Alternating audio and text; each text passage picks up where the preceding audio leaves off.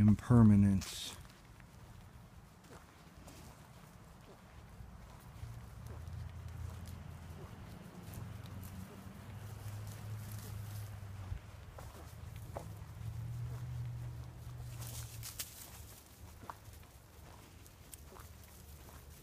It's more of a Buddhist concept, but it's also a Christian concept. Apostle Paul in the New Testament talked about hedonism, eat, drink, and be merry, for tomorrow we die, and was arguing against that, of course.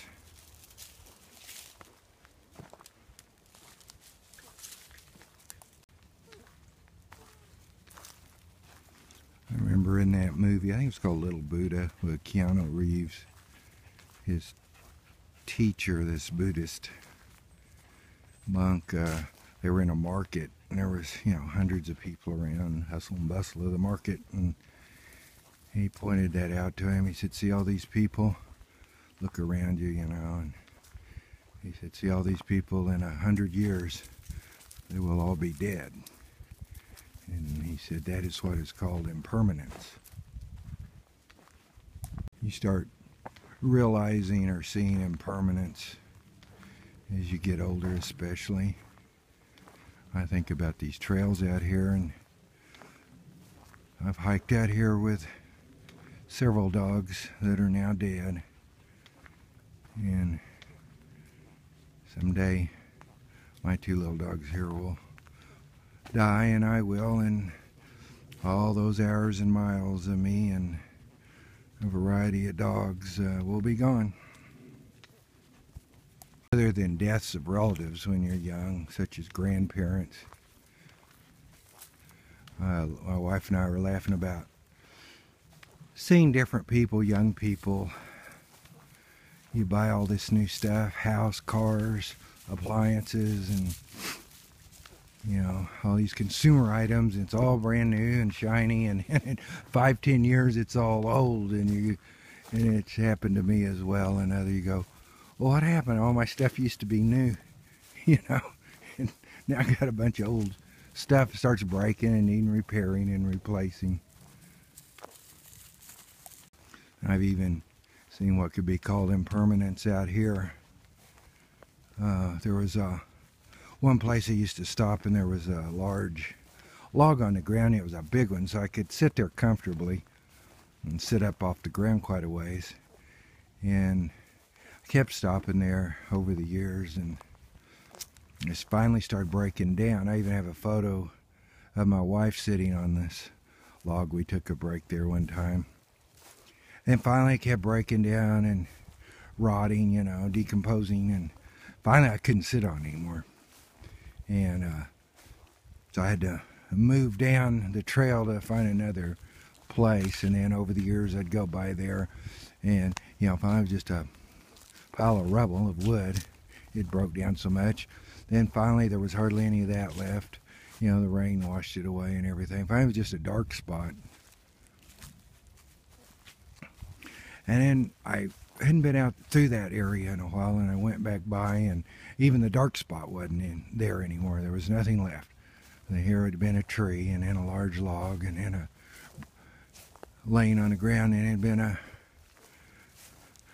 decomposing log, and then it was a pile of wood chips, and it was a dark spot, and then finally you could never tell there had been anything there. Impermanence.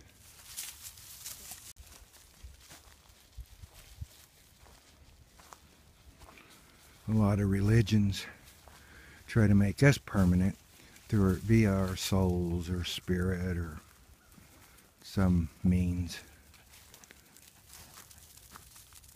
And from a spiritual standpoint, and then you have the physical, the humans, Homo sapiens, and I've been studying a lot about the technological singularity, which at some point, it's called transhumanism, where finally man is replaced by machines, humans are replaced by artificial intelligence, So the question becomes, is Homo sapiens impermanent? Which I think is true, but if AI, artificial intelligence, doesn't get us destroying the environment and our livelihood, literally destroying our home will. So I personally think one way or another we're going to destroy ourselves. I think that's what the fallacy is with religions and humans, is we think somehow, even though we've acted despicably and are murderous creatures and thieves and liars as well, that somehow God's going to see fit to come save us. And you have the Christians and the rapture and a new earth created by God. You've got what is it, the seventh Imam in Islam, another Buddha in Buddhism, the Messiah in Judaism, and so on and so forth. And so it's like, I think it's a very unhealthy, irrational view, because you lose respect. You lose respect for the environment. You lose really respect for your own behavior. And you end up acting like religious fundamentalists, and all religions do today. But back to humans and Homo sapiens, I think there's two most likely ways we will be our demise and prove our impermanence of Homo sapiens sapiens.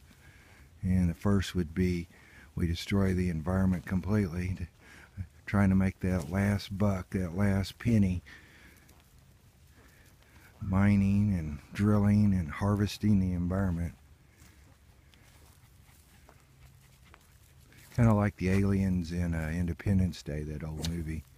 We go to planet and wipe out the inhabitants and then extract all the resources till the planet was a smoking cinder, and then move to the next one.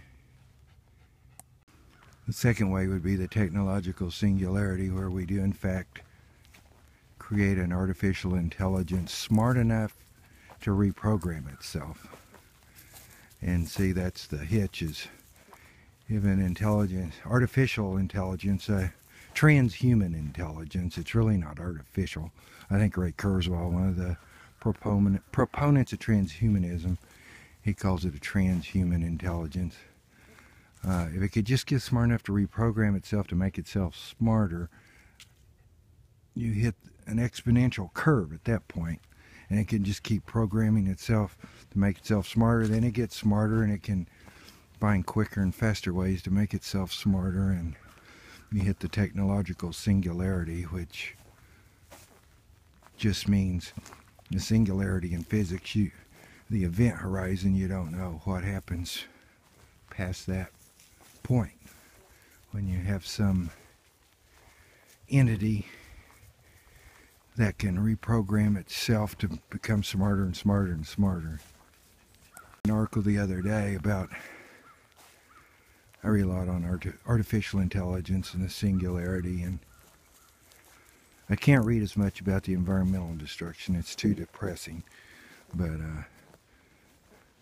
talking about the future and robots replacing humans in jobs, which is already happening, been happening a long time, really with the Industrial Revolution. But he was talking about humans, and this is, a noted scientist. It's not somebody like me walking down a trail on YouTube talking about it.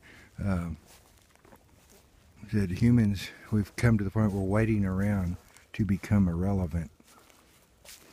And I, of course, am saying, that we're impermanent.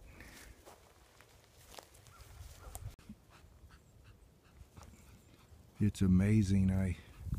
I started studying about, somebody I was in talking to mentioned the technological singularity, which now they just call it the singularity, but back then it was called technological singularity, and it's probably about 2006, and I'd never heard of it, and I asked him about it, and then I Googled it and started reading up on it,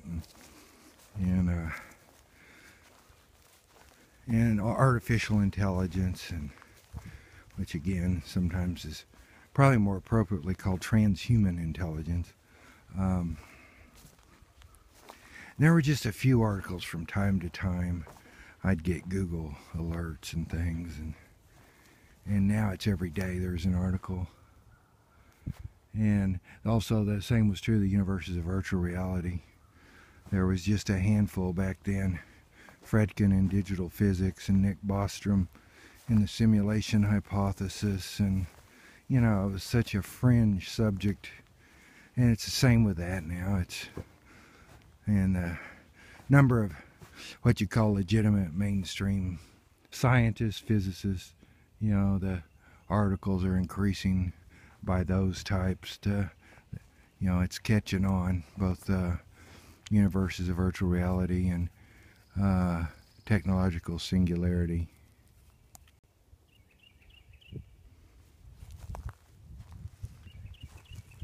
But both of those reflect the impermanence of Homo sapiens sapiens, and of course then we come down to our own personal lives and the impermanence of that. And again, even the Apostle Paul in the New Testament discussed that, and Buddha, and you know, a lot of philosophers, that's been a big subject. Our life is a flash of consciousness, you know, with no real memory of what happened before we came here, and no certainty as to what happens afterwards when we leave here.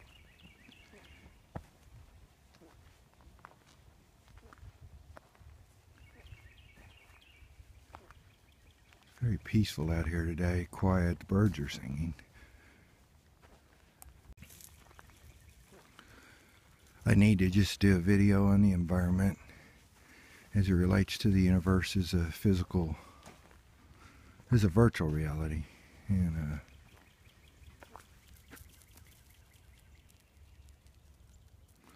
I found in my life, I realized the things I actually really like, such as just walking through the woods, or hiking and climbing, or backpacking on a multi-night excursion. I meet a lot of nice people out doing the same thing, but most people don't care about it.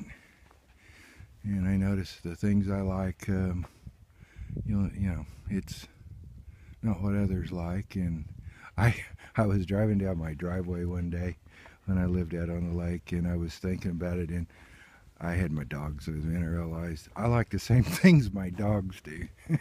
They like to go to the lake, they like to hike and run around out in the woods, and so here we are for the X amount of years, and the hundreds and hundreds of miles later, still out here walking.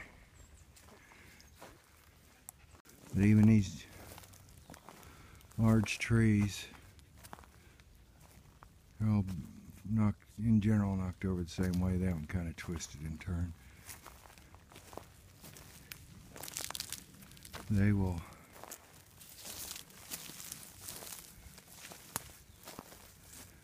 all these logs and debris from the storm. That was the pine warbler, if you could hear it. It'll all decompose and disappear. Even the forest items, individual trees are impermanent. I guess I'm talking about impermanence because the last video I did about the universes of virtual reality, I ended it quoting Carl Sagan that humans are like butterflies that flutter for a day and think it is forever. It got me to thinking about it. Well, the deer were right. This trail did bypass all the fallen trees. speaking of impermanence, I for many years walked right down through here, and this was a 2-lane road. I've even driven back in here years ago in a 4-wheel drive Xterra, and those trees cut that off, and plus it wasn't being used anyway, and now you can even tell the road was here.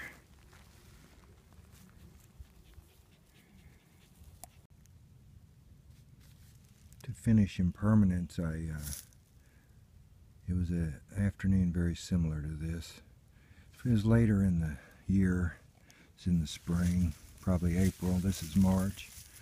And I lived in a rural area and was sitting out on the deck, and you know, the butterflies were out, and the insects and the birds and the trees were leafing out, and you know, spring, everything was coming to life and reappearing.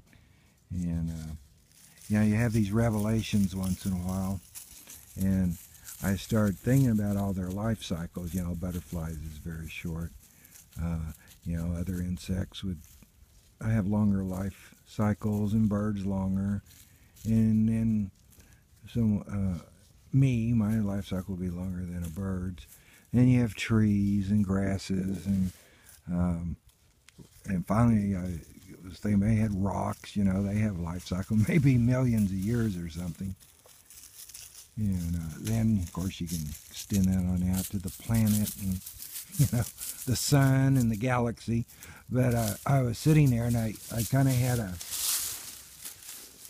realization of that all of our life cycles were intersecting, and for that one moment, you know, all these different varying lengths of life cycles, and for that one moment we were all there together, and no matter what our longevity was, the length of our life cycle, we were all intersecting for that one moment. And that is an example of impermanence, and it's one of those kind of revelations, you know, you have where it really hits home, and you've never thought of it before quite like that, and then over the years you remember it from time to time. And I think being out here, it was an afternoon very similar to this, and I'm pretty sure it was 1984, so it's 33 years ago. But that's another way to look at impermanence. But impermanence, of course, in the case of us, is mortality, and that's what philosophies and religions and worldviews have attempted to solve. Whether it's the Christian God and our eternal soul, and we get judged and sent to heaven or hell, or same really with Islam and Allah, or Yahweh with the Jews, or we reincarnate, Hindus and Buddhists. And for those that are alive at the time, there's some sort of second coming or renewal, and maybe even a new earth, and which is disastrous for for people that are trying to be good stewards of the planet. People that believe that it's all going to get destroyed and renewed anyway aren't much help, or no help.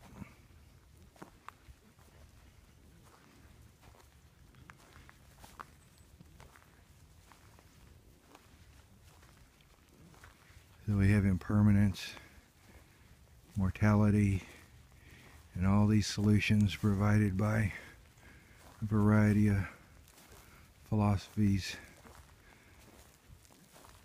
religions, and then we have, of course, just a strict scientific materialism, such as Richard Dawkins and Dan Denninger. That doesn't matter. We're just a flash of consciousness with darkness before and after this life, and it's all material and all random, and That's it.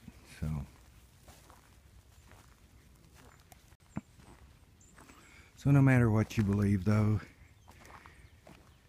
to maintain your sanity, you have to at least appreciate a beautiful afternoon and being outside, enjoying the sunshine and the birds migrating through, beginning their migration. There's a beautiful, that's a yellow swallowtail and a butterfly. That's all you can do, if nothing else, is live in the moment. Enjoy what time you've been given, which we're back to Solomon in Ecclesiastes, which I ought to talk about sometime. I studied Ecclesiastes extensively. And Solomon, I think that's the best book of the Bible, and that's the one nobody wants to talk about much. Solomon, understood impermanence and mentioned that in Ecclesiastes, that life is a vapor, very ephemeral. And he also understood much of the futility of life. Vanity, vanity, all is vanity. And also he said there is nothing new under the sun. So Solomon concluded that all you could do ultimately in your life was set your hand to the work God had given you and worship God. That's what he basically concluded.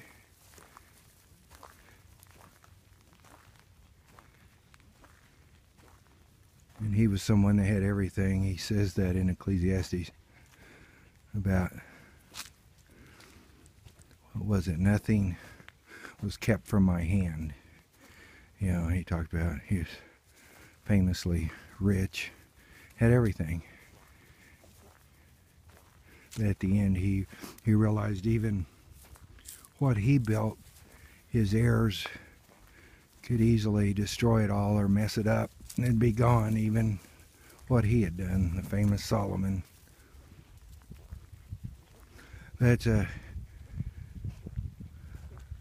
good thing to end on and remember, Solomon. Life is a vapor. Impermanence.